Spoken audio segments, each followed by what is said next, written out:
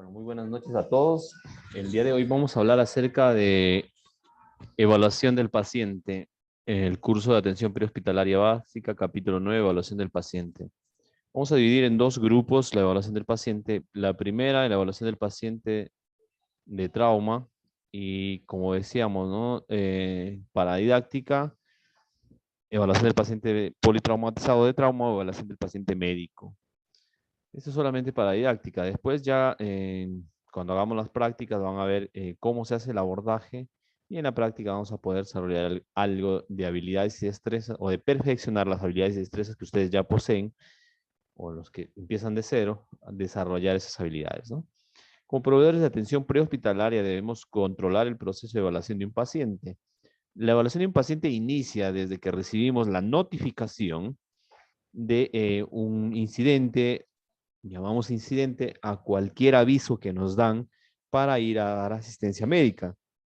Entonces nos notifican, cualquiera sea el medio de notificación, nos dicen debemos atender a un paciente en determinado lugar, la ubicación georreferencial, geográfica del lugar, y nosotros debemos dirigirnos a ese lugar, ¿no?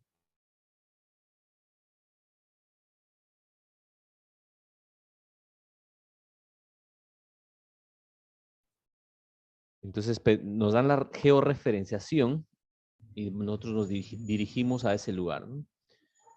Y en el transcurso del camino, como nos han dado la información del tipo de paciente, vamos preparando nuestro material para cuando lleguemos al lugar, podamos ganar tiempo al momento de hacer el abordaje del paciente.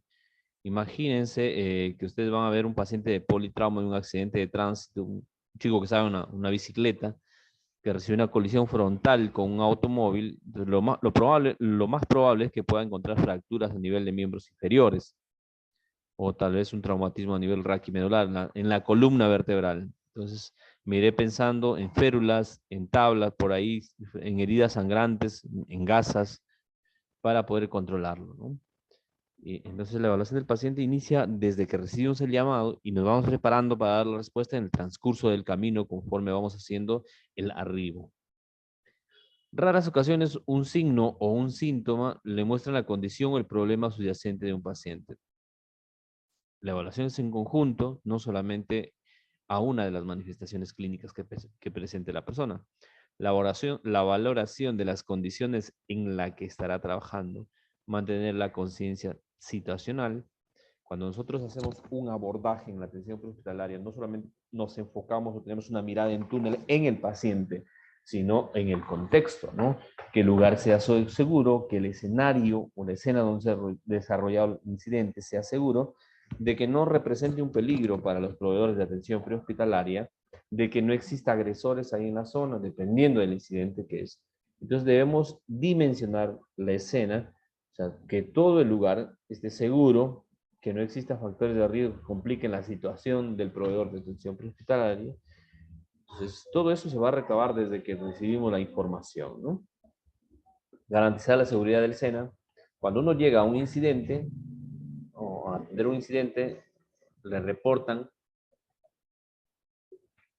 Al llegar al lugar, tiene que hacer una vista panorámica del lugar y ver de que ese lugar sea seguro para hacer la intervención. Una vez que está seguro, si no es seguro, pues no podemos hacer la intervención hasta que el equipo de seguridad y el orden, o la parte de seguridad y el orden de ese lugar o de ese establecimiento, pues garantice que no nos va a pasar nada, ¿no? Los problemas varían desde las dificultades menores hasta peligros mayores. Puede ser que el incidente que nos han reportado es una agresión física con arma de fuego, arma blanca. Entonces estamos hablando ahí de situaciones muy complicadas, ¿no? Situaciones hostiles. O puede ser también una casa, ¿no? En un asilo de ancianos, en una casa de descanso, reposo. Entre la escena, hasta que sea segura para usted y el equipo, se debe, nosotros no debemos hacer una intervención hasta que el lugar sea seguro, ¿no? Cuando se acerque a un paciente en una carretera, debemos siempre tomar la previsión de que ese vehículo se accidentó por algo, y si nosotros estamos en un lugar donde es de fácil acceso de grandes velocidades, podríamos representar también nosotros un factor de riesgo o poder nosotros ser una víctima más del incidente, ¿no? debemos tener en cuenta también las consideraciones ambientales. Imagínense que va a hacer a hacer una atención en un lugar, una autopista donde van más de 100 kilómetros por hora, la autopista está húmeda o mojada y usted no tiene cuidado y hace un freno en seco, pues ese vehículo por lo menos va a tardar 50 metros para llegar a frenar totalmente. Pues esos factores de riesgo desencadenan en que se pueda producir más accidentes, ¿no? Existen muchos factores de riesgo, clases de peligros que pueden estar, por ejemplo, los medioambientales, hablamos de la lluvia, los físicos, en la escena, no sé, puede haber tal vez una construcción mal hecha, ¿no? Que está a punto de desplomarse, químicos, la liberación de gases, eléctricos, cables eléctricos sueltos, eh, a fuga de agua, fuego, explosiones, violencia física o agresión o situaciones hostiles, ¿no? Entonces debemos estar conscientes de las escenas que tienen el potencial de violencia. Imagine que a usted la han notificado para dar asistencia a una mujer que ha sido agredida por arma blanca por su conviviente. Llega al escenario, no encuentra el conviviente, dice, ah, bueno, supongo que la escena es segura, me voy a ir a darle la asistencia médica. No pedimos el refuerzo. El conviviente, después de haberla agredido, se está yendo, se está fugando, pero le entra el sentimiento de culpa a unos 1000 metros, se regresa y ve que usted se encuentra agarrándole el abdomen de su pareja, ¿no?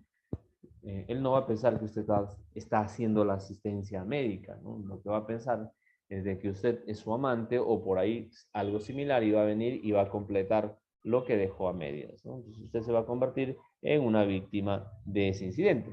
Debemos garantizar de que el lugar es seguro para recién nosotros poder hacer la asistencia médica. Cuando uno hace una intervención en trauma, por ejemplo, determinamos el mecanismo de la lesión y eso se llama cinemática del trauma. ¿Qué es la cinemática del trauma? Es cómo es que se produjo esa lesión. Imaginemos un vehículo que colisiona con una motocicleta frontalmente. El conductor de la motocicleta, por la colisión frontal que recibe, va a salir eyectado o disparado. Ambos miembros inferiores, fémur, ambos muslos, van a salir y van a impactar con el manubrio de la moto, es decir, con el timón, ¿no? Vulgarmente, con el manubrio de la moto, y se va a producir, lo más probable, fracturas a nivel, pues, de ambos fémuros. Y nosotros vamos a poder suponer, a través de la cinemática del trauma, que hay esas posibles lesiones y nos debemos preparar para eso. Además, por el impacto por la caída, también vamos a pensar que tiene lesiones en ambos miembros superiores, ¿no? A nivel de los antebrazos y los codos. Entonces, lo que debemos hacer es, a través de la evaluación del paciente, también suponer o adelantarnos a posibles diagnósticos que esté ocurriendo con el paciente, ¿no? Lesiones traumáticas, debemos ver el mecanismo de la lesión, si se produjo un traumatismo abierto, un traumatismo cerrado. Entonces, eso es lo que vamos a valorar con el paciente, ¿no? Para poder darle la asistencia. Cuando hablamos de pacientes médicos, decíamos de pacientes que no han sufrido algún accidente, sino por el contrario, que han tenido alguna enfermedad. Por ejemplo, un dolor precordal, una precordalgia, infarto agudo del miocardio, un accidente cerebrovascular o ictus. Entonces, patologías o enfermedades que tienen o enfermedades que se desarrollan sin la necesidad de intercambio de energía. Entonces debemos considerar también estos pacientes la escena, ¿no? El escenario, lo que ha podido desencadenar. Entonces todas estas manifestaciones clínicas que se vean en una escena nos pueden dar muchos indicios, como por ejemplo que la persona que en la mesa de noche, tenga pastillitas, tenga una botella de agua y tenga la comida ahí. Y ahora es las 10 de la mañana y sigue con la pijama en la cama y con un dolor, no sé, una epigastralgia o dolor en el pecho o dolor en la boca del estómago, una epigastralgia que no ha cedido. Entonces, eso, al llegar nosotros nos vemos la imagen y vamos a suponer que esta persona desde anoche no se ha levantado de la cama y que el dolor es muy fuerte, por eso que no ha podido ir. y que si tiene la comida ahí no tiene hambre y no está comiendo.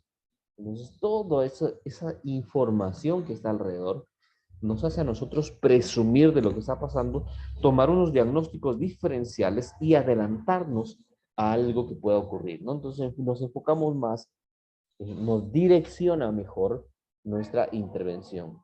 Todo eso nos puede dar indicaciones, ¿no?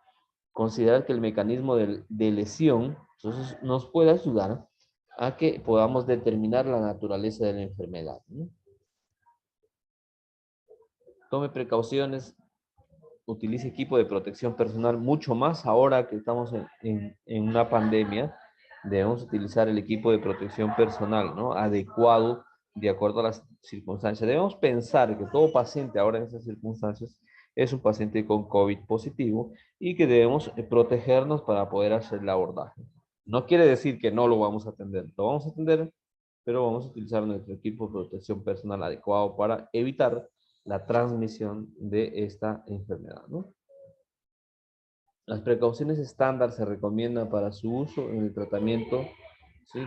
No sé, por objetos que hayan estado contaminados en contacto con fluidos biológicos, por sangre de la persona que está enferma o que ha sufrido un accidente.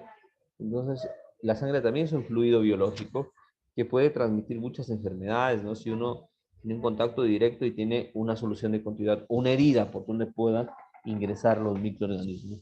Fluidos corporales como la orina, las heces, la sangre, el moco, el líquido sinovial, cualquier fluido que salga de su organismo es potencialmente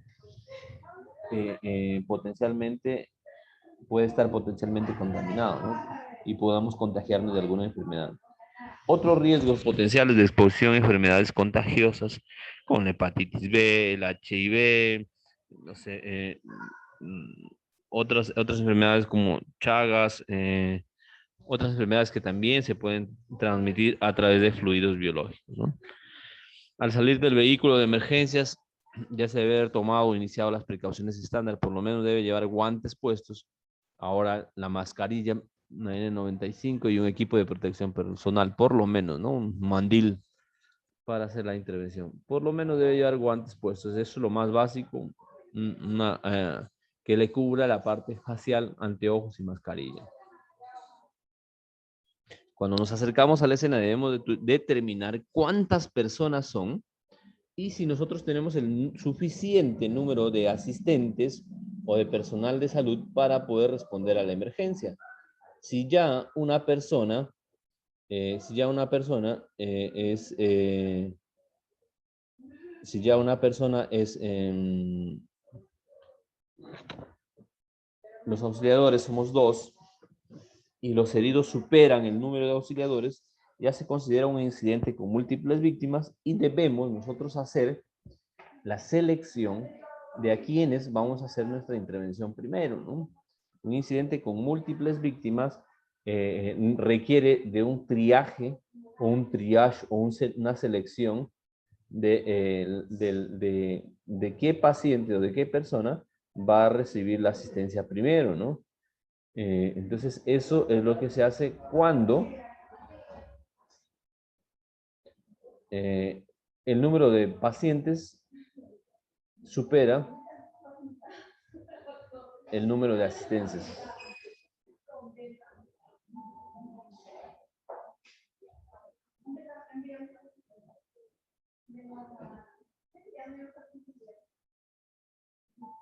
Entonces,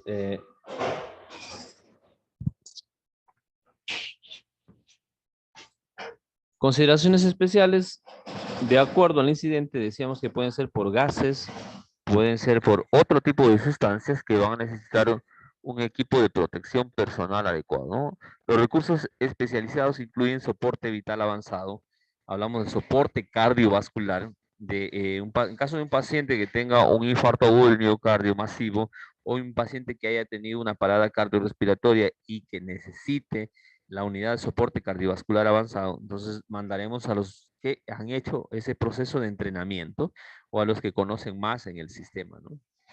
En el caso de apoyo médico aéreo, imagínense que tenemos que hacer una aeroevacuación ya sea el medio a la fija o a la rotatoria, dependiendo de la distancia, la zona o dónde es el incidente, se tiene que preparar también al personal para hacer la evacuación, ¿no? Desde que, imagínense que vamos a trasladar a un paciente de una zona donde solamente hay acceso por agua o por aire. Entonces, se toma la determinación de acuerdo al tipo de paciente de hacer el rescate o la extracción del paciente con o por aire, con una aeroambulancia de ala rotatoria, es decir, un helicóptero. Entonces debemos entrenar al paciente, al personal de salud primero, que el helicóptero, la hélice del helicóptero tiene que estar parada para acercarse, y si se acerca con la hélice en movimiento, tiene que hacerlo agachado, porque si no, la hélice se le deja sin cabeza, ¿no? Eh, eh, ¿Cuáles son los puntos ciegos del helicóptero? ¿Por dónde se tiene que acercar? ¿Y en qué posición lo tiene que hacer? Por ejemplo, si van a trasladar un paciente con un neumotórax simple, fácilmente al subir varios metros, ese neumotórax simple se puede convertir en un neumotórax a tensión y causar pues, en el paciente una descompensación hemodinámica y una parada cardiorrespiratoria, ¿no? Entonces, toda esa formación ya son consideraciones especiales o una formación adicional que tienen, ¿no?, los paramédicos o los proveedores de atención prehospitalaria. Técnicas bomberiles, si bien es cierto, no es su función como paramédicos, pero deben conocer, ¿no? Porque en cualquier unidad, en cualquier hospital, en cualquier lugar, se forman las brigadas de primera respuesta, y como proveedor de atención prehospitalaria mínimo debemos formar pues parte de las brigadas de primera respuesta, ¿no?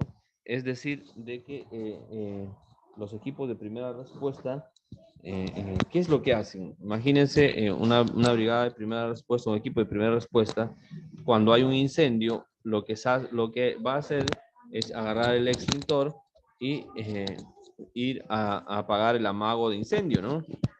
Entonces, situaciones así. No son expertos, pero van a poder resolver las principales emergencias que se vayan a presentar. Los agentes del orden público debemos trabajar coordinadamente con ellos, ¿no? Con todos los equipos de primera respuesta. Es decir, si nosotros vamos a dar respuesta a una emergencia y donde ha ocurrido algún tipo de incidente que requiera de los agentes, debemos ir en conjunto, ¿no? Debemos ir en conjunto.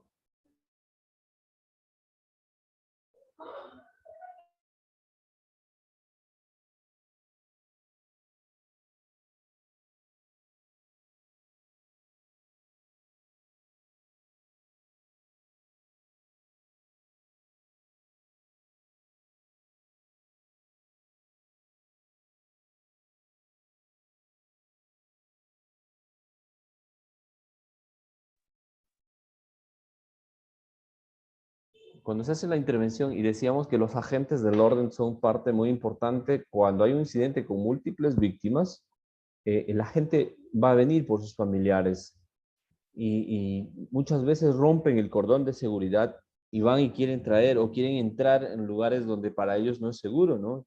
Y se pueden convertir en una víctima más. Entonces, por eso se debe trabajar en equipo, debe trabajar coordinadamente para que no ocurra esto y para que no pase más incidentes, ¿no? O para que no se agrave, no haya más heridos.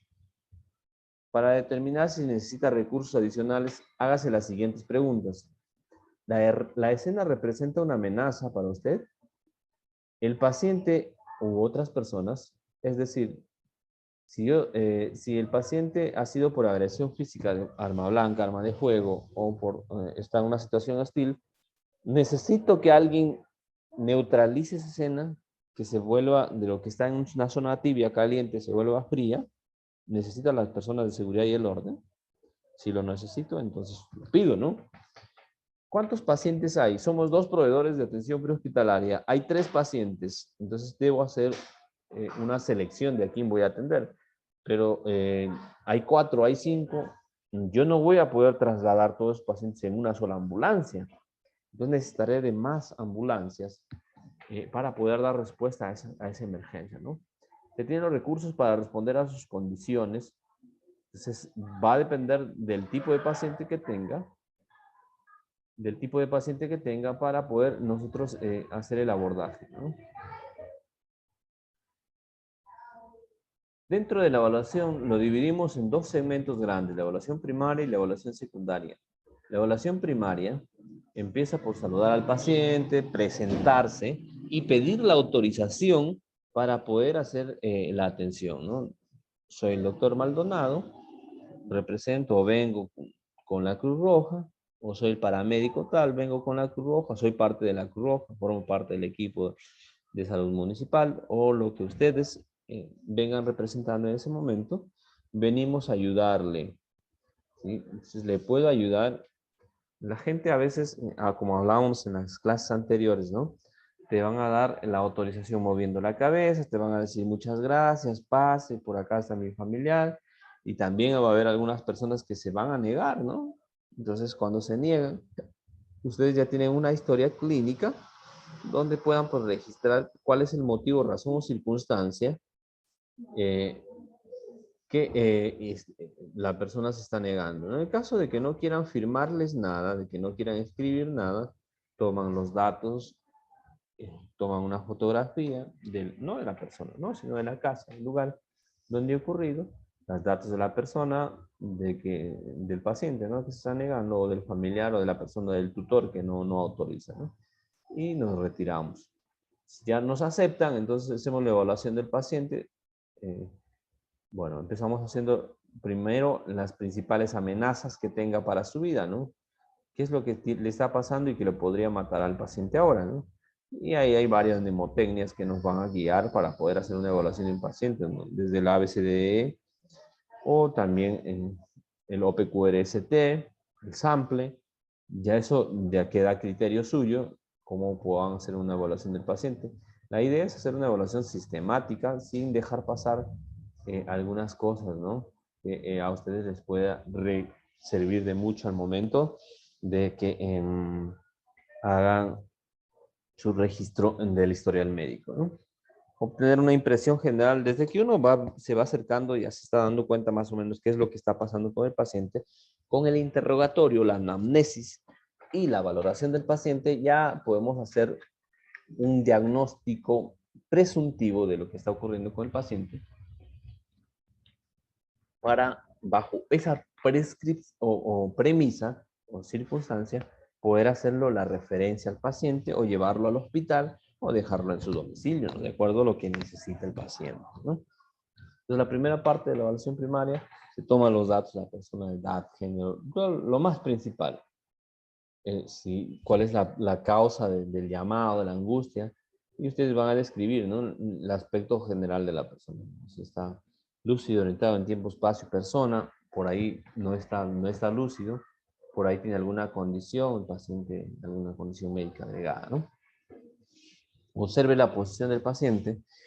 La posición nos puede referir de que el paciente en alguna postura o posición se siente más cómodo o tiene menos dolor, por eso es que la aborda, ¿sí? Entonces eso nos puede orientar también. Evite pararse sobre el paciente, es decir, pasar por encima del paciente o pararse el paciente cuando está acostado a su lado. Eso se interpreta como que nosotros nos sentimos mucho más que el paciente. Entonces, siempre tratamos de mantener una distancia prudente por el tema del COVID, ahora más todavía, pero además de ello, de mantener una altura similar, ¿no? Para poder estar a la par más o menos de la persona. Pregunta al paciente sobre su queja principal. El paciente por ahí, los adultos mayores nos van a referir un montón de enfermedades. Entonces, lo que vamos a tratar de direccionarlo, ¿por qué es que llamó a la emergencia? ¿Cuál era la emergencia en el momento o al servicio de emergencias? ¿Y cuál es la queja principal que tiene ahora, ¿no? Y después, para tratar de resolverlo, esa queja principal. Atienda de inmediato una condición que amenaza la vida. Obtener una impresión general. Definir si la condición del paciente es estable pero potencialmente inestable e inestable. En la emergencia nosotros decimos paciente crítico o no crítico. Paciente crítico puede ser por la condición médica o por el escenario también, ¿no? Una situación crítica. Vamos a imaginar o vamos a poner de ejemplo dos situaciones. La primera, Un paciente crítico. Un paciente crítico, un paciente que estaba haciendo su cola para entrar al banco, de pronto se desploma al piso, ¿sí? Se desvanece y deja de respirar. Entró una eminente parada cardiorrespiratoria. Es un paciente crítico. Si no hace nada, va a seguir muerto. Entonces, ese por un lado, ¿no? La otra circunstancia es de un accidente de tránsito, ¿sí?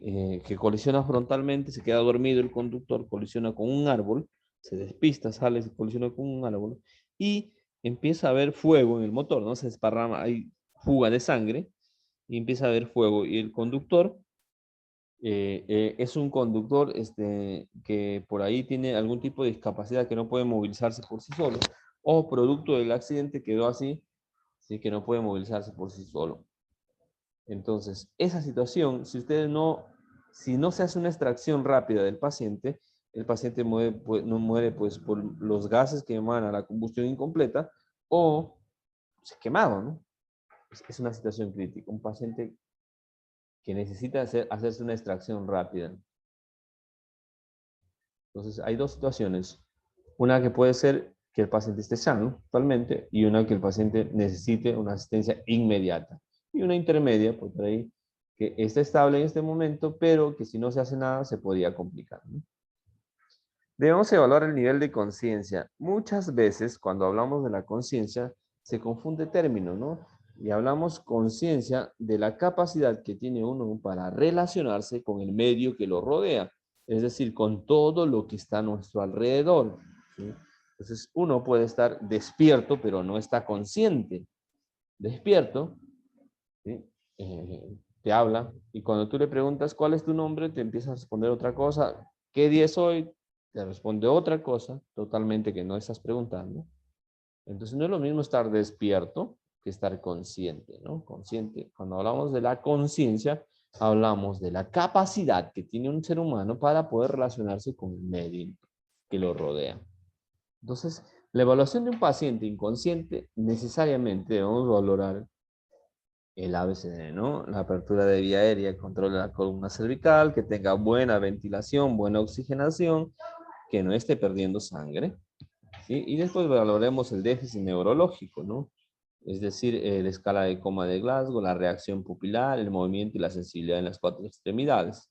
Y por ahí hay algunas cosas mucho más finas, ¿no? Que que nos permitan a nosotros eh, poder llegar a un diagnóstico pues, mucho más específico, ¿no? Entonces, un paciente con un nivel de conciencia alterado es un paciente consciente, ¿sí? Un paciente con un nivel de conciencia alterado es un paciente, ¿sí? Que puede estar consciente, pero que no está pudiendo relacionarse con el medio y puede deberse a muchas situaciones. En el caso de trauma, es que no está oxigenando bien su cerebro, ¿no? No está llegando suficiente glóbulos rojos al cerebro o no está, y esos glóbulos rojos, como hay poca cantidad, no está llegando también el oxígeno, ¿no? Entonces la perfusión es inadecuada. Sobre todo en aquellos pacientes que están entrando en un shock hipovolémico, es decir, que ha disminuido, ¿sí? El volumen de sangre de cierta parte del organismo. Entonces eso hace que puedan tener una alteración a nivel de conciencia. Y se ve muy a menudo que el paramédico, el médico, el enfermero que está asistiendo, le dice, no te saques la mascarilla o no te saques la máscara con reservorio, no te saques las punteras nasales. Es para tu bien, te va a ayudar. El paciente que tiene un nivel de conciencia alterado no te va a responder adecuadamente como lo hacía cuando estaba sano, ¿no? Entonces, el paciente no está pudiendo relacionarse, no está pudiendo eh, a entender lo que está diciendo porque no está oxigenando bien su cerebro generalmente. Entonces le dice, ay, este viejito se saca todo, ya no le voy a poner, porque cada vez que le pongo una mascarilla se lo saca y es para su bien. Entonces, esa situación hace de que la poca irrigación cerebral hace que el paciente pues, no tenga una buena coordinación, ¿no? Además, también de ellos puede pasar pacientes que tengan intoxicación por consumo de diferentes sustancias, entre ellos medicamentos, drogas, alcohol o cualquier otra sustancia tóxica, ¿no? Para evaluar la capacidad de respuesta hay varias mnemotecnias. Aquí les presentamos algunas de ellas, como por ejemplo, ¿sí? La escala de Abdi, el paciente está totalmente alerta, ¿no? Uno se acerca, el paciente tiene los ojos abiertos, mirando a todo lado. La B responde a estímulos verbales, ¿sí? Verbales. Está cerrado los ojos, pero cuando le hablamos, responde, ¿no? Señor, señor, ¿está bien? Abre los ojos. Y le responden. Si a pesar de nosotros acercarnos, está cerrado los ojos, hablarle, no responde, entonces debemos hacer estímulos dolorosos, agarramos ambos hombros y lo empezamos a hacer presión, a sacudir y hablar. ¿No se encuentra bien? Le podemos ayudar. Si se despierta, entonces el paciente tiene una escala de Abdi que responde a D, ¿no? Al dolor. Y si a pesar de eso a pesar de eso ya no hay, de todos los estímulos, tanto verbales y dolorosos, no hay respuesta, entonces estamos hablando de que el paciente está inconsciente, ¿no? El paciente está inconsciente.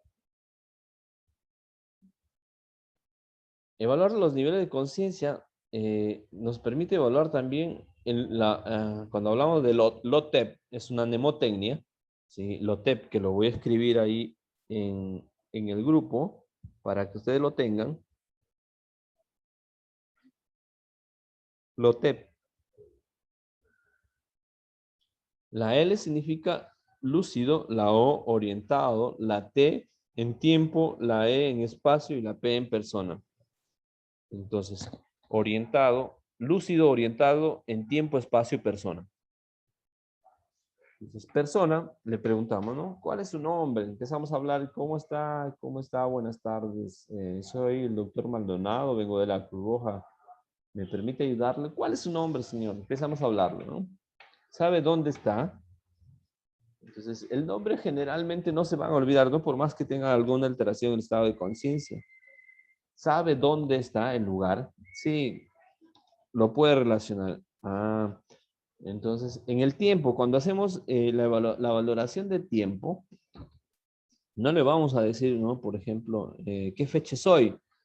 Porque a veces uno que no anda un poco despistado no sabe ni en qué fecha está, ¿no? Imagínense después de un incidente, de un accidente, de una enfermedad, va a ser mucho más todavía. Lo que hacemos generalmente en esta situación es preguntarle, ¿no? ¿Qué año es? ¿Qué mes es? Y ahí sí, el mes es difícil de olvidarnos, el año mucho más todavía. Generalmente cuando hay adultos mayores o abuelitos y que tienen una alteración de conciencia respecto al tiempo, le preguntas qué año o quién es el presidente o qué año es, entonces te va a remontar a las épocas más hermosas que ha tenido de su vida, ¿no? Entonces, eso hablamos con respecto al tiempo, que no seamos tan específicos con la fecha, sino con más bien con los meses y los años. El evento que se desencadenó este incidente, ¿no? Entonces, ¿qué es lo que pasó? Así estaba almorzando y después de almorzar sentí un dolor en el pecho. Entonces, lo más probable es que las grasas las tenga elevadas y o que haya aumentado su presión arterial, se desprendió una placa de ateroma y impactó en el miocardio, ¿no? Lo más probable. Ya nosotros nos vamos haciendo una idea de lo que probablemente pueda pasar, ¿no? Identificar y tratar las amenazas para la vida. Una condición de amenaza a la vida puede conducir con rapidez a la muerte. En la mayoría de los casos empiece por la vía aérea, ¿no? El ABCD. Esto en un paciente clínico o un paciente médico. En un paciente de trauma siempre vamos a empezar por la X, A, B, C, D, E. X, control de hemorragias masivas o de exsanguinantes, ¿no? De heridas exsanguinantes. Entonces, todo paciente que está sangrando abundantemente, primero vamos a ir a parar el sangrado, después el resto de maniobras, ¿sí? Evaluar la vía aérea, ¿sí? Nosotros empezamos a evaluar la vía aérea desde que llegamos, ¿no? Empezamos a hablar, señor, ¿cómo está? Buenas tardes. Desde que nos va respondiendo, vamos escuchando cómo es el ruido de la vía aérea. Si hay algún ruido agregado, si hay algo que está impidiendo el intercambio de gases, de aire, entrada y salida de aire. Entonces vamos a escuchar, ¿no? Si hay algún sonido, no sé, un estridor laringio, un ronquido, debemos, conforme vamos conversando, nos vamos haciéndonos o vamos tomando los ruidos de referencia, ¿no? Asegúrese que la vía aérea permanezca abierta, permeable. Eso uno se va a dar cuenta cuando está hablando que la vía aérea sigue permeable. Sí, entonces, los pacientes que hablan o lloran tienen una vía aérea abierta. Los pacientes que no responden, evalúen inmediatamente la permeabilidad de la vía aérea. Y evaluar la respiración, compruebe que la respiración del paciente esté presente y sea adecuada. Entonces, hay muchos proveedores de los servicios médicos que evalúan, dice el paciente, está bien, está saturando 96, está saturando, no, normal, está bien. No se fijan en que la calidad de la respiración no es la adecuada, ¿no? Es decir, toma mucho aire, la respiración es muy profunda, es muy superficial, es muy rápida, está haciendo uso de músculos accesorios. Cuando valoramos al paciente, no solamente tratamos al equipo, ¿no? Al saturómetro, al oxímetro, sino vemos el contexto de la fisiopatología de lo que está pasando en el paciente, que las respiraciones sean adecuadas, ¿no? Que no estén aumentadas en número, que no sean muy profundas, ni muy superficiales, ni muy rápidas, ni muy lentas. ¿El paciente respira de forma adecuada? Sí o no. ¿El paciente está hipoxémico o hipóxico? ¿Cómo me doy cuenta? Que tiene una cianosis distal, ¿no? Los labios están morados, la punta de las uñas morados, oscuros, eso quiere decir que no tiene un buen intercambio de oxígeno. Considere realizar ventilaciones con presión positiva en pacientes con adjunto de la vía aérea si las respiraciones son mayores a 28 respiraciones por minuto. Cuando hay un paciente que tiene 28, 29, 30, le ponemos oxígeno con máscara con reservorio y vamos viendo cómo responde, ¿no? Si el paciente, a pesar de ponerle oxígeno con máscara con reservorio, se mantiene por encima de 35, 30, 35, entonces podemos ayudarle con oxígeno a presión positiva, ¿no? Con un dispositivo bolsa, válvula, máscara o BBM, ¿sí? Que esto puede ayudar a que esto puede ayudar a que pueda tener una mejor mecánica ventilatoria, ¿no? Los pacientes que tienen menos de 8 respiraciones por minuto y que están recibiendo oxígeno con máscara con reservorio y que no mejora, entonces también tienen que recibir asistencia con dispositivo bolsa, válvula, máscara, con un BBM, ¿no? Entonces, nosotros aquí, esta información nos va a dar un diagnóstico. Paciente que tiene una insuficiencia respiratoria o un distrés respiratorio con un paciente que tiene una dificultad respiratoria. Un paciente que tenga más de 28 respiraciones por minuto, ¿sí? Está con una dificultad respiratoria. Yo le pongo el oxígeno con máscara con reservorio a alto flujo, 10 o 15 litros, y si eso ayuda a resolver este problema ahora, era una dificultad respiratoria, que ya solucionamos. Pero si eso, por el contrario, no ayuda y se sigue complicando, entonces se trata de un paciente que está con un distrés respiratorio, ¿no?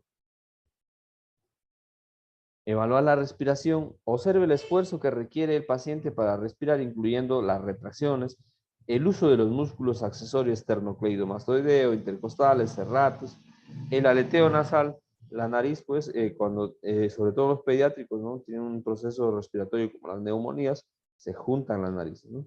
Y hacen una especie de aleteo. La dificultad para respirar,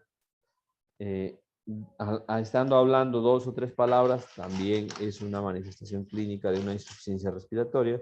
La posición en trípode, es decir, que se agacha para poder respirar, está como cansado. La posición de olfateo, que mejora el paciente, es decir, está acostado, yo lo inclino la cabeza ligeramente hacia atrás y esto hace que mejore la ventilación, que mejore o que tenga una mejor entrada de aire. Entonces el paciente tenía un problema respiratorio, ¿no? De la vía aérea. Respiraciones dificultosas, que le cuesta respirar, que se esfuerza mucho para que pueda respirar adecuadamente. Entonces ahí hay una alteración, ¿no? Generalmente la respiración tiene que ser un proceso fisiológico que no se pueda, o sea, que no te des cuenta que una persona que está a más de 5 metros de distancia está respirando. No te tienes que dar cuenta que está haciendo un esfuerzo para respirar. Si ya te das cuenta, entonces esa persona tiene un grado de dificultad respiratoria, ¿no? Entonces, la dificultad respiratoria hace que incremente el esfuerzo respiratorio, que haga uso de músculos accesorios y que además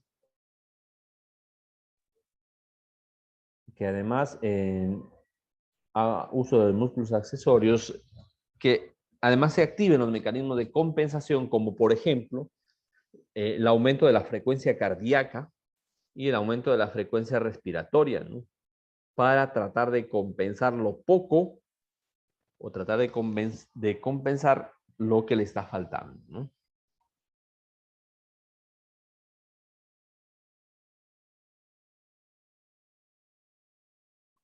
Entonces, evaluamos el estado mental, el pulso, para ver si tiene pulsos distales como cúbito y radio.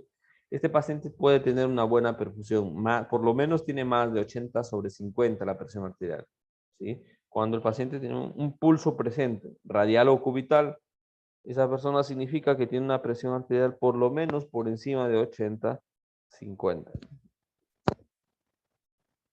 Entonces debemos valorar también la condición de la piel, porque por ahí una piel pálida, fría, sudorosa nos va a hacer referencia a un shock hipovolémico, ¿no? Entonces debemos también tener en cuenta eso.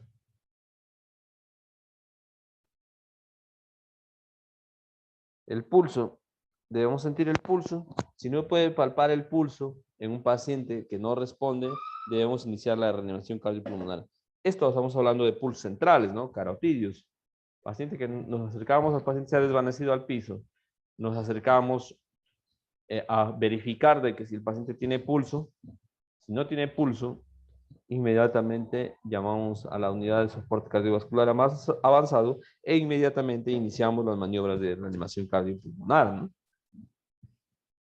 Debemos valorar la condición de la piel, evalúe el color de la piel del paciente, la temperatura, la humedad, el llenado capilar. Un llenado capilar mayor a 4 segundos nos dice que no hay una buena perfusión.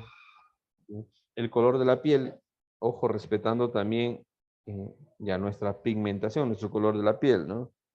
Imagínense, dice, está negro, está azul, está oscuro. El paciente es un paciente moreno y que tiene un poco de enfermedad, pero que en realidad no era una hipoxia, sino así es su condición. Entonces, esas cosas también se debe tener en cuenta al momento de hacer la valoración del paciente.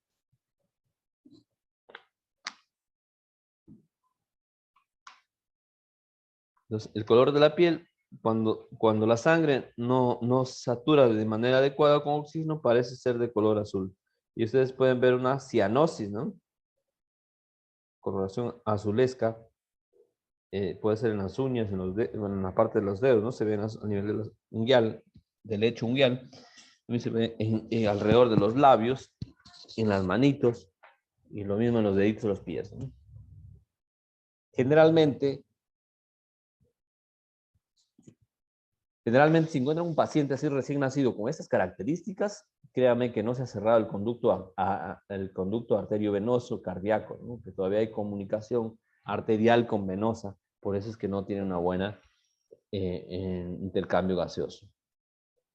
Debemos evaluar la temperatura corporal. La piel normal será cálida al tacto. Con el dorso de mi mano pongo al costado, del abdomen al costado, con mi mano derecha ahí o mi mano izquierda ahí, la otra comparo con mi frente. Eso me puede dar indicios de cómo está la temperatura. La temperatura exacta lo haremos con un termómetro, ¿no? Recuerden que ya los termómetros de mercurio están prohibidos, entonces tienen que ver otras alternativas como los digitales, ¿sí? Para poder controlar la temperatura, ¿no? La humedad de la piel seca, ¿qué tan seca es, no? Si está normal, si está muy reseca, si está descamando, ¿sí? O de que si tiene una piel por ahí apergaminada, que puede ser un sinónimo de deshidratación o de una edad avanzada también, ¿no? El llenado capilar, la perfusión debe ser normal en 2 segundos. Si ya demora más de segundos, entonces no tiene una buena perfusión distal. Evalúe y controle el sangrado externo en pacientes con trauma. Decíamos que un paciente de trauma, lo primerito que vamos a evaluar es el sangrado, ¿no? El X. Si no está sangrando el paciente de trauma, entonces vamos a hacer el ABCD. Si no, vamos a empezar con XABCD. ¿Sí? Controlar el sangrado externo. Cualquier paciente de trauma, primerito controlamos el sangrado. Después hacemos la apertura de vía aérea, el control de la columna cervical, la expansión torácica, llenado pulmonar, la bomba cardíaca, cómo está, y los pulsos distales y llenado capilar, ¿no? Aplique presión directa, aplique un torniquete si es que necesita. La presión directa, si no es efectiva, hay que hacer un torniquete. Si el torniquete no es suficiente, hay que hacer un segundo torniquete de acuerdo al tipo de lesión que tenga. Hacemos un examen rápido de cabeza a pies, algo muy sutil, muy rápido, para ver por ahí qué nos está faltando al momento de la evaluación del ABCD, ¿no? Si necesita algo, ¿sí? Si necesita algo, lo vamos a corregir. Generalmente esto hacemos cuando, por ejemplo, estamos valorando un paciente de cabeza a pies, hemos logrado controlar el sangrado, pero a pesar de eso el paciente sigue hemodinámicamente inestable o se está complicando, hay que volver a reevaluarlo, ¿no? Hay que volver a hacer una reevaluación del paciente. Determinar la prioridad de atención y transporte. Generalmente lo que vemos en la práctica de los paramédicos es de que quieren subirlo a la ambulancia y llegar al hospital lo más rápido posible para que en el hospital solucione el problema. Muchas veces el paciente no se tiene que mover hasta que se controle la principal emergencia que está pausando y después ya lo derivamos. Imaginemos un caso de un paciente que tiene una fractura expuesta en un miembro inferior derecho, tibia y peroné, tercio proximal, medio y distal, 3 fracturas en la pierna. Entonces está sangrando mucho, yo no lo voy a llevar, lo voy a derivar al hospital de cerquita, 15 minutos, lo llevo sangrando así. El paciente se puede descompensar en el trayecto, ¿no? No lo puedo hacer así. Entonces mi prioridad en este paciente es controlar el sangrado, hacer un torniquete, 2, 3 torniquetes, y una vez que está controlado, lo llevo al hospital. O lo llevo a la ambulancia, mientras hago este procedimiento ya nos vamos derivando o nos van llevando al hospital, ¿no? Pero no dejar para que eso se haga en el hospital. Los pacientes de alta prioridad incluyen aquellos que con cualquiera de las siguientes condiciones no responde, mala impresión general, dificultad para respirar, sangrado no controlado, responde pero no puede seguir órdenes, entonces es manifestaciones clínicas, no se presumir que el paciente necesita de nuestra ayuda, ¿no? Determina la prioridad de la atención y transporte del paciente a quién, ¿sí?, necesita atención o quién necesita derivarse al hospital. Entonces debemos valorar, ¿no? Un dolor torácico intenso, no lo voy a atender en atención prehospitalaria, le daré 2 aspirinas, le administraré oxígeno, nitroglicerina, ¿sí? Antiagregación plaquetaria y lo llevaré al hospital, ¿no? Si el paciente tiene la piel pálida u otros signos de mala perfusión, entonces debemos evaluarlo, ¿no? Un parto complicado siempre termina en un hospital, dolor intenso en cualquier área del cuerpo, también puede terminar en un hospital para hacer la valoración del paciente, ¿no? Entonces determine la prioridad de atención y o el transporte del paciente. A veces se habla de la hora dorada, que si uno no recibe la asistencia en la primera hora se va a complicar. Ahora ya no hablamos tanto de esos temas, sino vamos a algo más profundo, ¿no? De que no debemos dejar que el paciente se complique. Generalmente un paciente de trauma que está sangrando, que no ha sido controlado, va a llegar a este tipo de incidentes. O se hablaba mucho antes de la hora dorada cuando hablábamos del paciente de atención, del paciente del trauma, ¿no? Entonces, ¿qué se hace ahora para prevenir llegar a esta situación? Todo paciente que sangra, primerito la prioridad es parar el sangrado, ¿no? Técnicas y procedimientos. Pueden utilizar presión directa, vendaje compresivo, el uso de torniquetes, el uso el empaquetamiento y la presión directa. Entonces también nos puede ayudar, ¿no?, a que podamos hacer un control del sangrado. Habla en la hora de oro, que durante los primeros minutos, los primeros 30 minutos, se debe recibir la asistencia adecuada, ¿no? Si ya no se hace ahí, conforme va pasando el tiempo, sobre todo los pacientes de trauma, se va a ir complicando su situación de salud, ¿no? Las decisiones del transporte se deben tomar en este punto con base a la condición del paciente, la disponibilidad de la atención avanzada, la distancia del transporte, los protocolos locales y cómo está el paciente, ¿no? Un paciente de trauma que está inestable, debemos priorizar, si es por sangrado, debemos priorizar el parar el sangrado para recién pensar en derivar a un paciente, ¿no? El paciente no se va a sanar porque usted lo suba a la ambulancia y lo lleve lo más rápido posible. Más bien se puede complicar porque por ahí puede tener un accidente en el trayecto, ¿no? El paciente en la atención prehospitalaria debe ser estabilizado y una vez que está estabilizado, llevar al hospital, ¿no? A una área específica donde necesita la asistencia. Entonces, no por cualquier cosa voy a llegar y voy a saturar el sistema de salud, ¿no? No porque me dijo el familiar que ya está así 4 o 5 días y que no lo pueden, no, siempre tiene 4 o 5 días, siempre tiene un poco de dolor de cabeza, le está doliendo los músculos. Entonces, ustedes tienen que saber diferenciar entre una urgencia, una consulta externa y una emergencia. Entonces, eso les va a permitir a ustedes seleccionar las pacientes para poder derivar solamente aquellos casos que necesitan asistencia. Un segundito, por favor.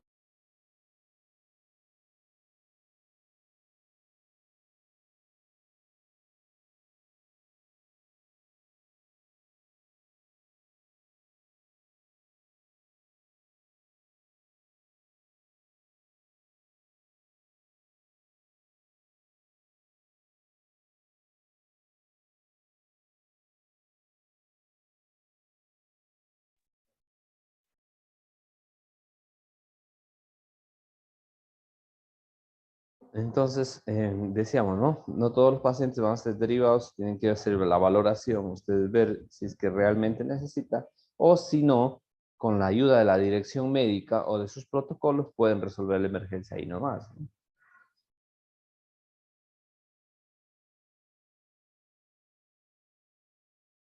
Nunca se olviden de registrar una historia clínica, la historia clínica prehospitalaria.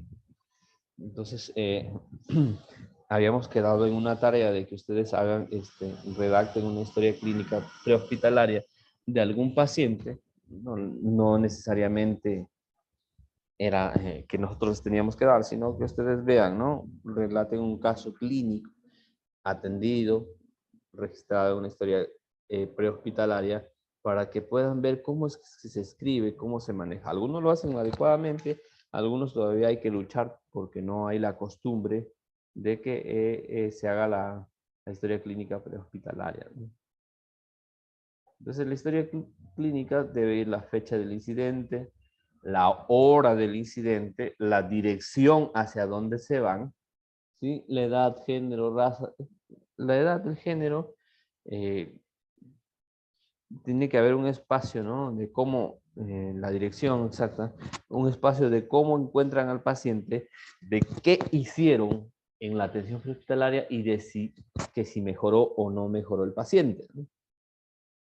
Investigar la queja principal del paciente cuando usted haga el abordaje, decíamos que se presente, que haga sentir en confianza al paciente para que le pueda contar todo.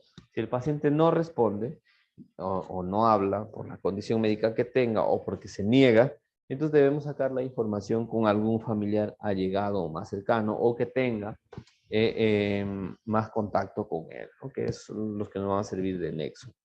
Hablábamos anteriormente también del OPQRS o RST en la evaluación. Son neumotecnias que nos va a ayudar a nosotros a que podamos,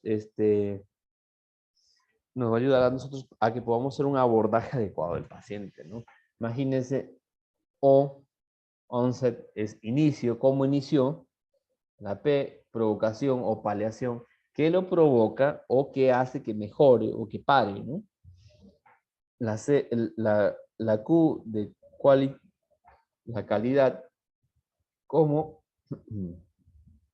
cómo es el dolor? ¿De qué tipo de dolor, no? ¿De qué tipo de dolor estamos hablando? ¿Me arde, me quema, me duele? ¿Es un dolor sordo, es un dolor permanente, un dolor agudo de tipo retortijón? La región irradiada me duele en el epigastrio, pero hace ratito ya me está doliendo como al hombro derecho, ¿sí? Es donde duele y hacia dónde se va el dolor. La severidad. Hay muchas escalas de clasificación de la severidad. Una de ellas, por ejemplo, es la numérica de 0 a 10. La otra de las fases, ¿no? De la cara, de cómo es que expresa uno el dolor en el caso de que no pueda hablar, ¿no? En el caso de que no pueda hablar, de que sea pediátrico o de que pues, sea sordomudo, entonces no te va a poder hablar. No te va a decir cuánto te está doliendo. De 0, cuando no tienes dolor, 10, el máximo dolor, ¿cuánto te duele? La persona no habla. Entonces lo puede escribir, ¿no? Y podemos más o menos sacarlo o Sí, al escribir podemos determinar o saber cuánto le está doliendo. O también existe otras técnicas de poder saber es con la escala o la escala de las fases, ¿no? Las caritas que vienen, ¿no? Cómo está la carita y eso representa un número. La severidad, entonces, la escala numérica o de las caritas. Y el tiempo, eh, es decir, hace qué tiempo inició, ¿no? Entonces, todo esto nos va a permitir a nosotros formar más o menos una idea de lo que está pasando ahí, probablemente que lo tenemos que corroborar, ¿no?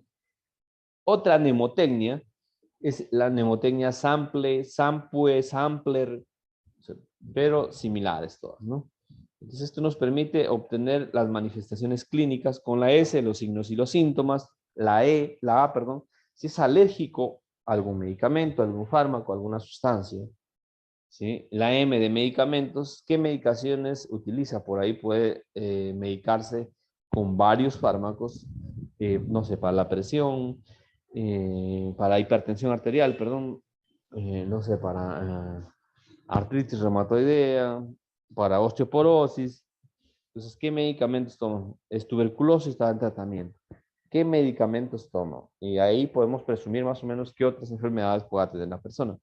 El historial médico, pasado pertinente, la historia clínica, qué le ha pasado, alguna vez ha estado internado en el hospital, qué le pasó, por qué le internaron. El lunch o lunch, hablamos de la última ingesta, ¿no? ¿Cómo fue? Sí, yo comí. ¿Comiste? Sí, anoche, ¿cuánto? Sí, comiste. ¿Cuándo? Anoche. Hoy día a las 10 de la mañana. No, hoy día no he comido. ¿Anoche qué comiste? Un pollito. Un pollito. Cuando hablamos de un pollito hay que ser bien explícitos. No es lo mismo un pollito, una pechuguita por ahí, que un pollito 2 kilos entero, ¿no? Para dos personas. Entonces, cuando les den ese tipo de información hay que llegar más minuciosamente, que eso nos puede servir o dar indicios de qué es lo que tenga el paciente o qué es lo que lo provocó, ¿no? Eventos previos a la lesión o la enfermedad. Sí, hace ratito estaba discutiendo, peleándose con su pareja y ahora ya le está doliendo el pecho. Entonces, debemos tener toda esa información y además debemos tener retos especiales en la historia clínica, ¿sí? Es decir, que la historia clínica tiene que ser muy prolija, ¿sí? Muy prolija. Sea fácil de entender, con una letra clara, y debe describir todo lo que se hizo en el incidente. Si usted no lo escribe, ¿sí? En un informe, en historia clínica, no se hizo. Todo lo que no se en la historia clínica no se hizo. Entonces debemos tener en cuenta, también debemos respetar, ¿no? El silencio del paciente, que el paciente a veces son muy habladores, que tiene muchos síntomas, que tiene síndromes de ansiedad, que el paciente está muy molesto, está muy irritado, que el paciente se haya intoxicado con alguna sustancia o por bebidas alcohólicas o del llanto del paciente, ¿no? Deben tener en cuenta también la depresión, la conducta, el historial de confusión, las habilidades cognitivas limitadas, los desafíos culturales del idioma, problemas de audio, problemas visuales. Todo eso se aborda en conjunto, ¿no? Dentro ya de la evaluación secundaria, estamos hablando, se puede realizar en la escena, en la parte posterior de la ambulancia, de camino al hospital, o no realizarla, ¿no? Es decir, mi prioridad es hacer la valoración primaria y lo que le esté pasando, lo que le pueda llevar a la muerte, ¿sí? Entonces, y en la evaluación secundaria nos basamos o hacemos una basal de los signos vitales, ¿sí? Una basal de signos vitales, y en función a eso vamos por ahí corrigiendo algunas situaciones que se nos va presentando en la evaluación del paciente, ¿no? ¿Cómo y por qué evaluar? Inspección, mirar al paciente para detectar anormalidades. Palpación, tocar al paciente para detectar anormalidades. Y auscultación, escuchar los sonidos que produce el cuerpo y escucharlos, ¿no? La evaluación secundaria también hay una mnemotecnia que se llama DACAP-BTLS. Entonces compare los hallazgos de un lado del cuerpo con el otro lado cuando sea posible. Siempre que escuchamos los pulmones, han visto que escuchamos el derecho y el izquierdo. Hacemos una comparación cómo están los ruidos o sonidos. O sea, alguno alterado, por algo debe estar alterado, ¿no? Entonces, la valoración secundaria evaluar de forma sistemática al paciente. Si el objetivo es identificar lesiones oculares o causas que puedan no haberse identificado en el examen previo, ¿no? En el examen rápido. Cuando hacemos una evaluación específica, se realiza en los pacientes con un mecanismo de lesión no significativos o pacientes médicos que responden. Por lo general, el personal de salud es muy mal paciente, entonces cree que ya lo sabe, cree que está bien y que no le va a pasar nada.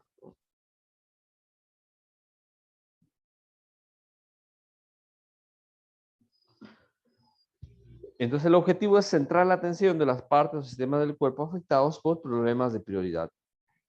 Hay hospitales donde se hace la selección, ¿no? Ya no por pacientes de trauma, pacientes médicos, de cirugía, pacientes de, no sé, de proctología, no se separa así, sino por el nivel de gravedad.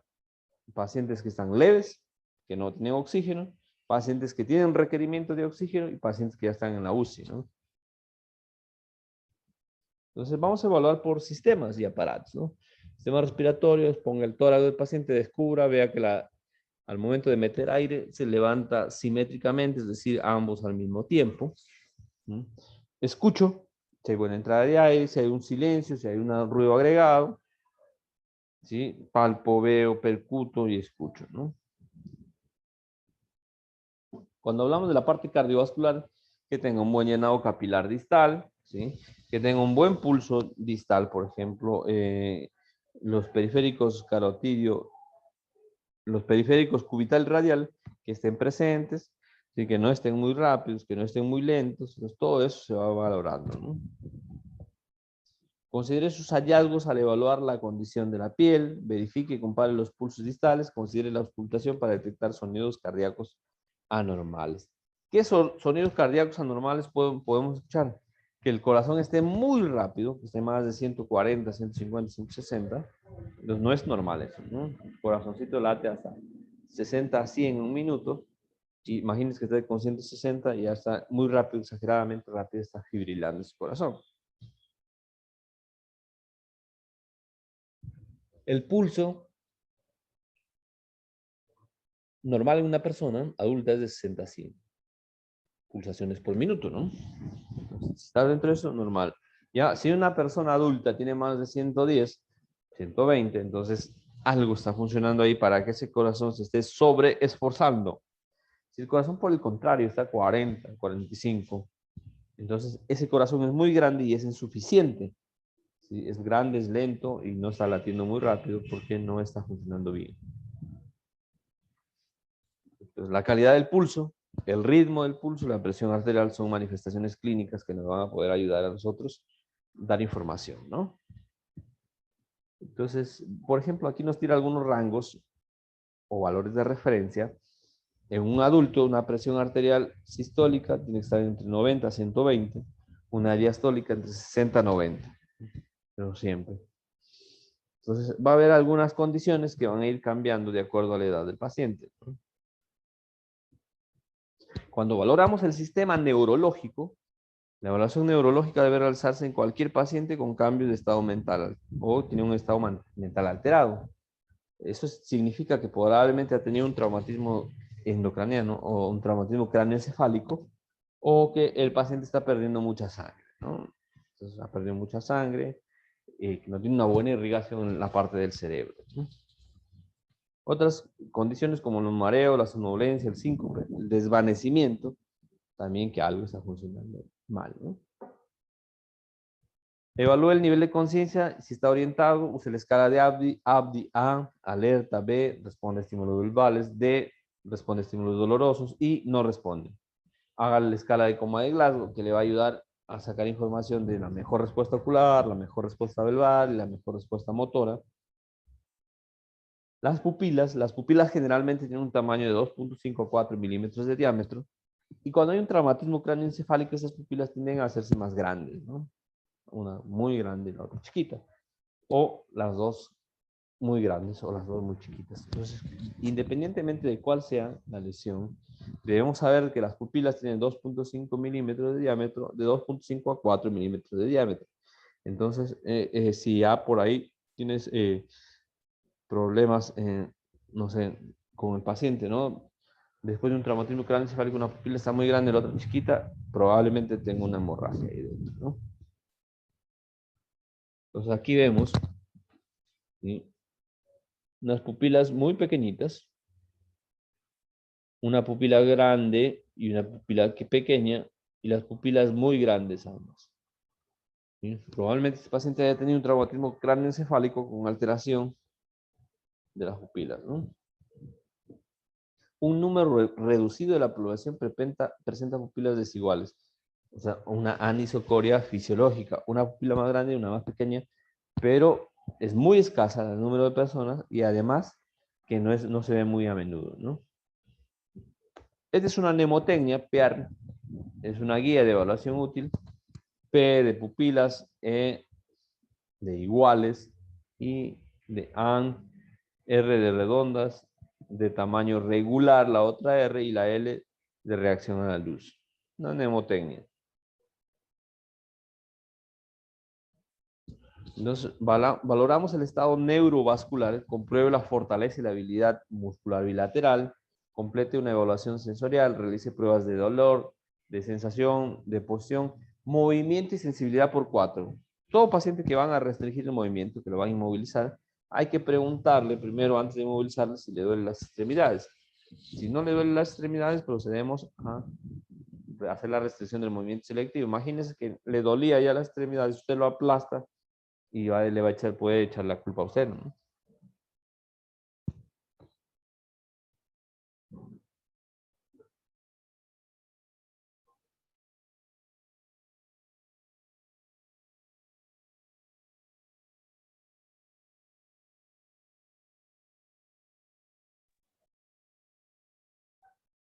Debemos comparar las respuestas sensoriales y motoras distales y proximales de un lado y del otro. De ese movimiento y sensibilidad de las 4 extremidades, ¿no? Ponemos nuestro dedo ahí en la mano, le decimos, si siente mi mano, aprieta. Entonces vamos a ver si el paciente siente la mano, lo va a apretar, ¿no? Si no siente, no lo va a apretar. Ojo, no le digan levanta la mano derecha, levanta la mano izquierda, no. Sino pongan la mano entre sus manos y digan, si siente mi mano, hazme presión.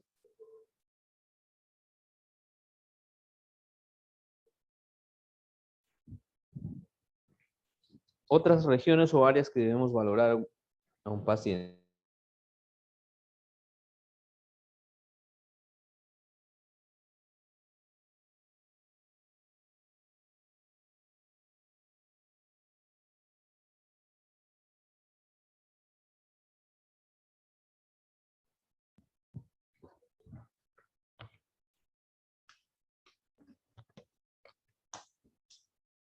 Cuando hacemos la valoración del paciente en la cabeza, generalmente vamos a valorar heridas en el cuero cabelludo, ¿no?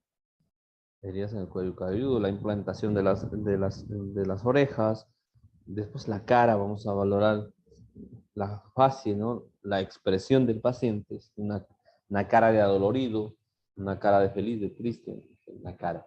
El cuello, si hay ingurgitación yugular, si las venas que pasan por ahí son muy gruesas, de muy grande calibre. La columna cervical, si el paciente presenta dolor, ¿no? Todo paciente con dolor en la columna cervical debe utilizarse un collarín cervical. Independientemente si el accidente fue muy despacio, si el accidente fue muy fuerte, sino en base a los signos que va, y a las manifestaciones clínicas que va presentando el paciente, ¿no? El abdomen, cuando hacemos la valoración del abdomen, es a la inspección que veo, a la palpación que siento, si hay dolor, la palpación superficial o profunda, si percibo masas tumorales, algún quiste o algo que me está ocupando el espacio. Entonces, a la inspección, a la palpación, a la auscultación, ¿qué escucho? Los intestinos, tanto el intestino grueso, colon, como el intestino delgado, tienen movimientos, ¿no? Tienen movimientos. ¿Qué eso hace?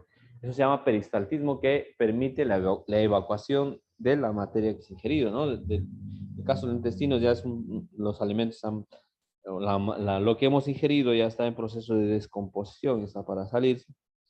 Entonces, lo que hacen los intestinos es tener una especie de movimiento para que conserven el peristaltismo, ¿no? Y hagan la evacuación.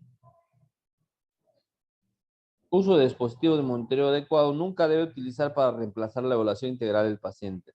Decíamos que nosotros no tratamos equipos, sino las personas. Entonces, cuando hacemos la valoración del paciente, no vamos a valorar solamente la respuesta que nos dé el oxímetro, el llenado capilar, si el paciente está muy frío, si le está costando respirar, si el paciente, bueno, está recibiendo una fuente de oxígeno. Es una valoración en contexto, ¿no?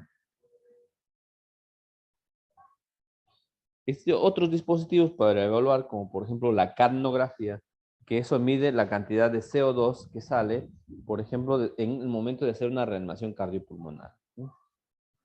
Entonces, esto nos permite para ver si las compresiones torácicas son adecuadas o no.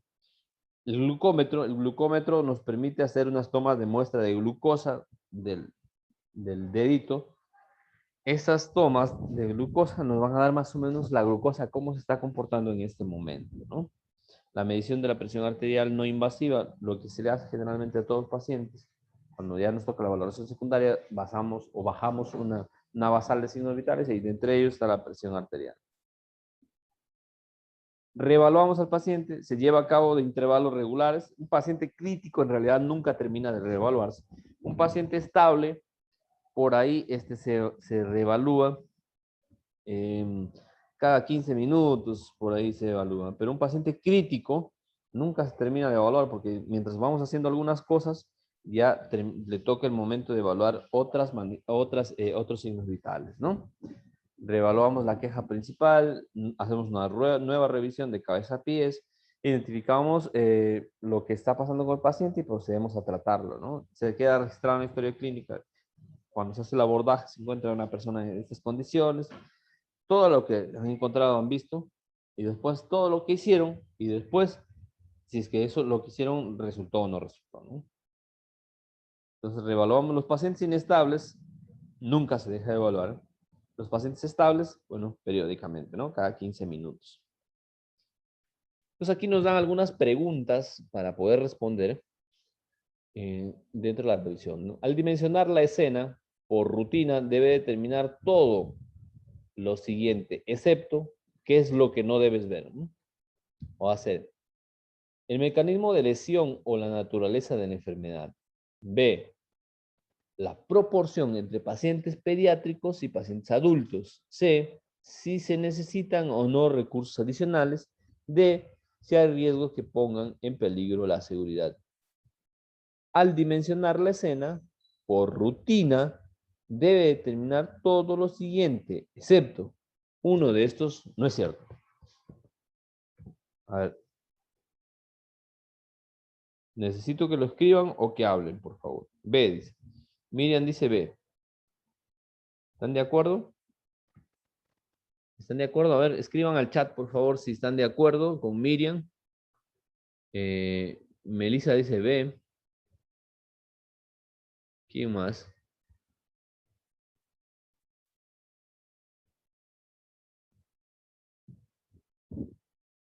Bueno.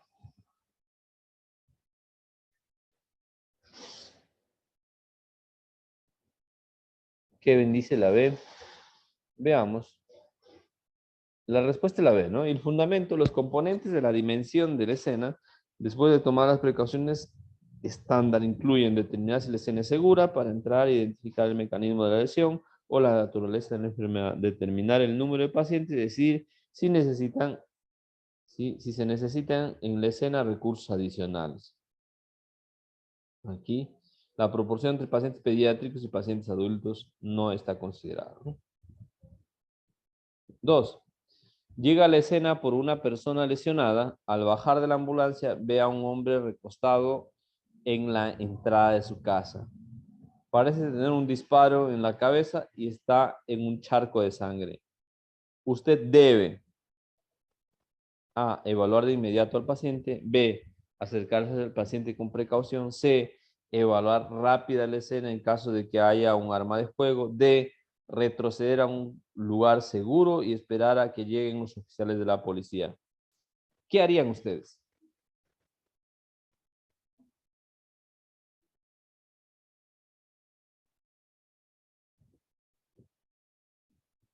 ¿Qué harían? A ver, vamos.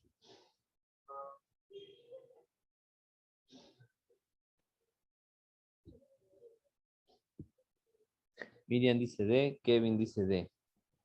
Retroceder a un lugar seguro y esperar a que lleguen los oficiales de la policía. A ver, veamos. La respuesta es la D, ¿no? Es obvio, ¿no? Que nosotros no nos debemos convertir en una víctima más, ¿no? Una vez que esté neutralizado todo, recién vamos a intervenir nosotros. 3. Se deben identificar hallazgos como una respiración inadecuada o un nivel de conciencia alterado en la... ¿En cuál parte? En la evaluación primaria, en la evaluación específica, en la evaluación secundaria o en la reevaluación. Se debe identificar hallazgos como una respiración inadecuada o un nivel de conciencia alterado. ¿En qué parte de la evaluación? ¿Primaria o específica o secundaria o en la reevaluación?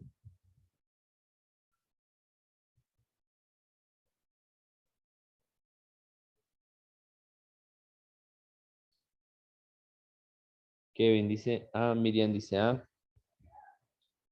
¿Están de acuerdo? Veamos. La respuesta es la A, ¿no? El objetivo de la evaluación primaria es identificar y manejar cualquier amenaza a la vida del paciente como respiración inadecuada, un nivel de conciencia alterado o una hemorragia severa. 4. ¿Cuál de las siguientes condiciones no se detectaría al determinar su impresión general inicial de un paciente? A, cianosis. B, respiración con gorgoteo. C, hemorragia severa. D, frecuencia cardíaca rápida. ¿Cuál de estas no se podría determinar haciendo una impresión rápida, no una impresión rápida o general del paciente?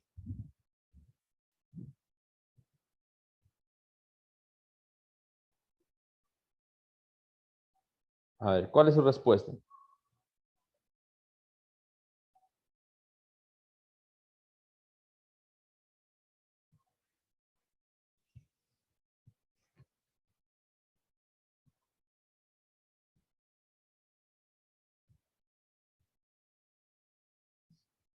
Miriam dice la D.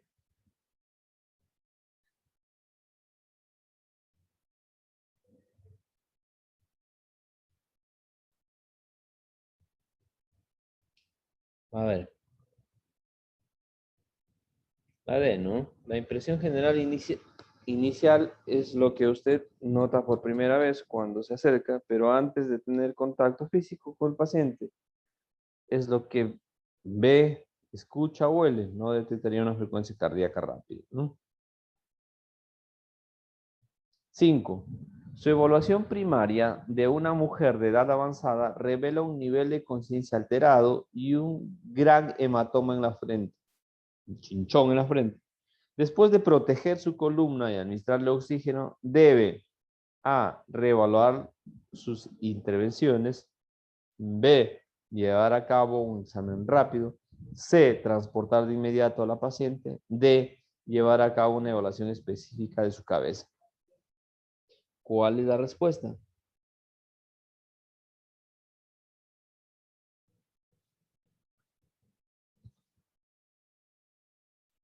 ¿Cuál es la respuesta? A ver, su evaluación primaria de una mujer de edad avanzada revela un nivel de conciencia alterado y un gran hematoma en la frente. Después de proteger su columna y administrar oxígeno, debe, ¿qué es lo que debe hacer?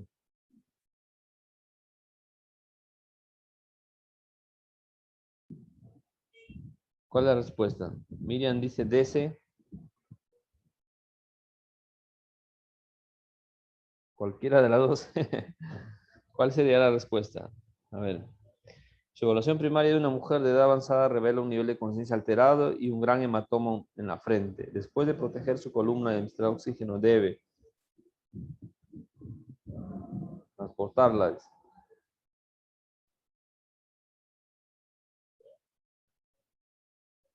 A ver, si su evaluación primaria descubre problemas que amenazan la vida, se debe atender de inmediato.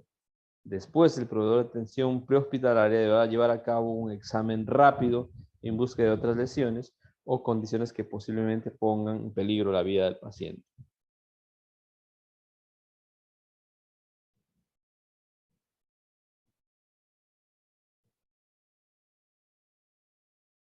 ¿sí? Su evaluación primaria en una mujer de edad avanzada revela un nivel de conciencia alterado y un gran hematoma en la frente. Después de proteger su columna cervical, administrar oxígeno, usted debe llevar a cabo un examen rápido. Decíamos que cuando hacemos una evaluación de un paciente y habiendo hecho todo, se sigue empeorando, debemos seguir revisándolo, ¿no?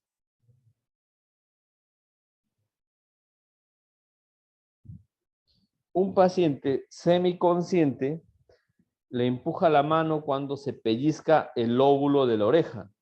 Debe describir su nivel de conciencia. A, alerta. B, sin respuesta. C, responde a estímulos de dolor. D, responde a estímulos verbales. Un paciente semiconsciente le empuja la mano cuando le pellizca el lóbulo de la oreja. Dentro del ABDI, ¿a cuál de las mnemotecnias, a cuál letra de la mnemotecnia corresponde?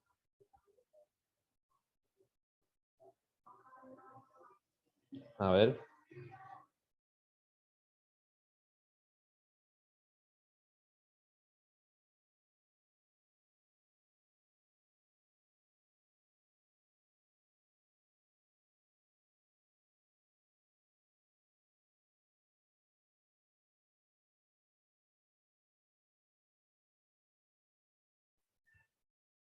¿Qué tipo de estímulos, Miriam?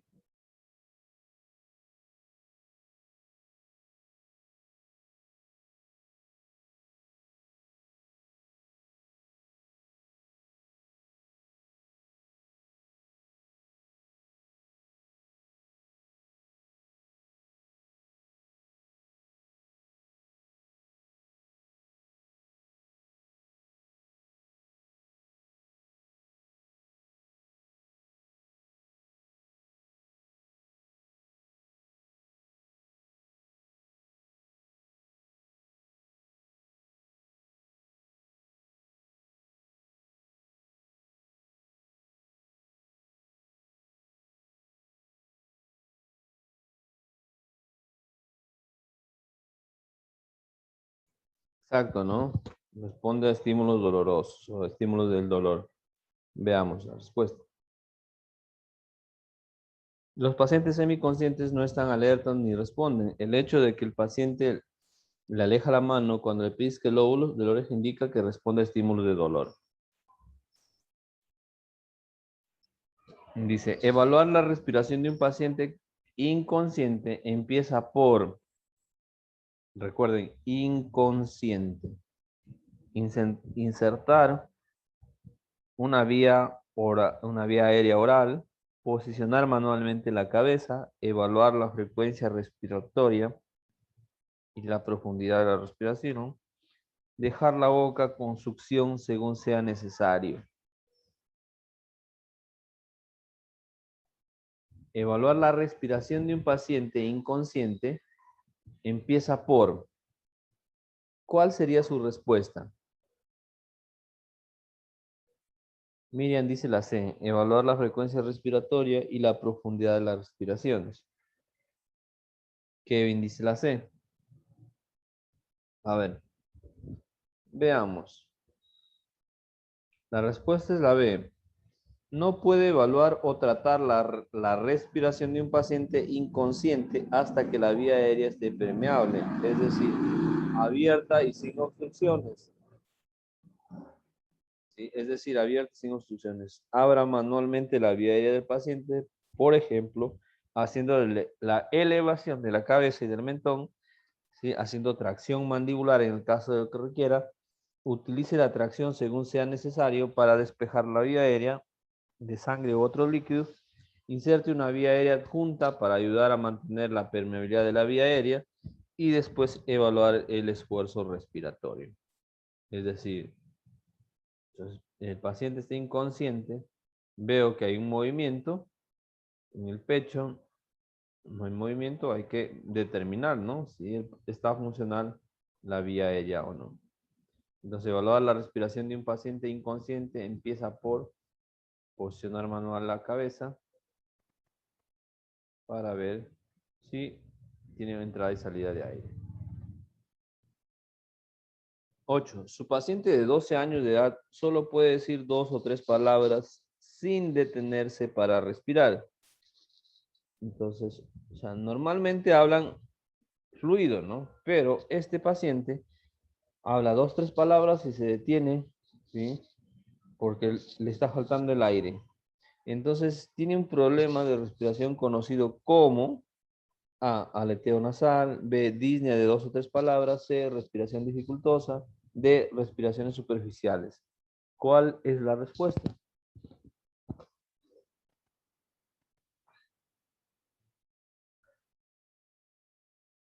¿Cuál es la respuesta?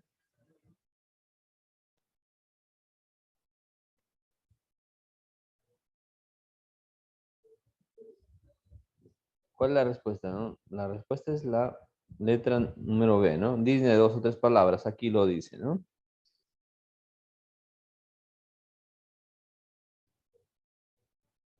¿Cómo debe terminar el pulso de un paciente? ¿Cómo debe determinar el pulso de un paciente de 8 años que no responde? Palpar el pulso radial en la muñeca, palpar el pulso braquial dentro del área superior del brazo, palpar el pulso radial con su dedo pulgar, palpar el pulso carotidio en el cuello.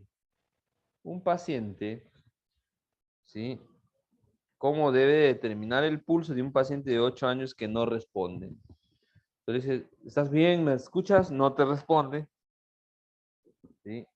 No responde a estímulos dolorosos y usted quiere palpar, saber si tiene pulso o no tiene pulso. ¿Dónde debe hacerlo? Recuerde que tiene 8 años. Miriam dice carotidio. ¿Alguien más?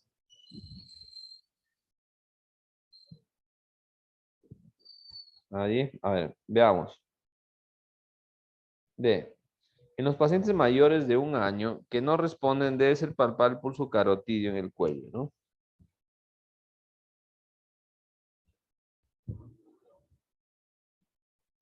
Al evaluar el dolor de un paciente, se dice que empezó en el pecho, pero que se extendió a las piernas. Este es un ejemplo de que la parte de la mnemotecnia OPQRST, ¿de cuál parte? A, inicio; B, calidad; C, región y radiación; D, gravedad.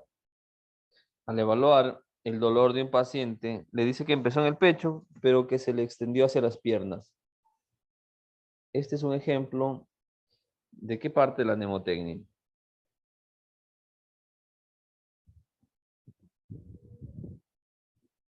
En la mnemotecnia OPQRST, ¿en cuál de las palabras nos da?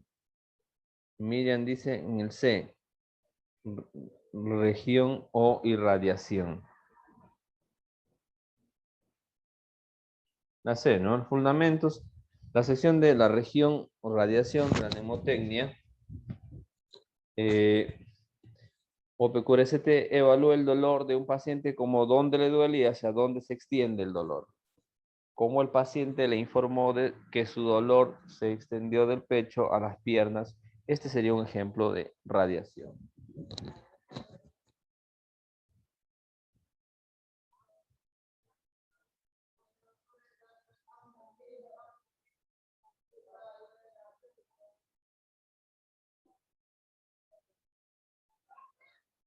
Entonces, eso es lo que tenemos de la parte de evaluación del paciente. Ustedes tienen todavía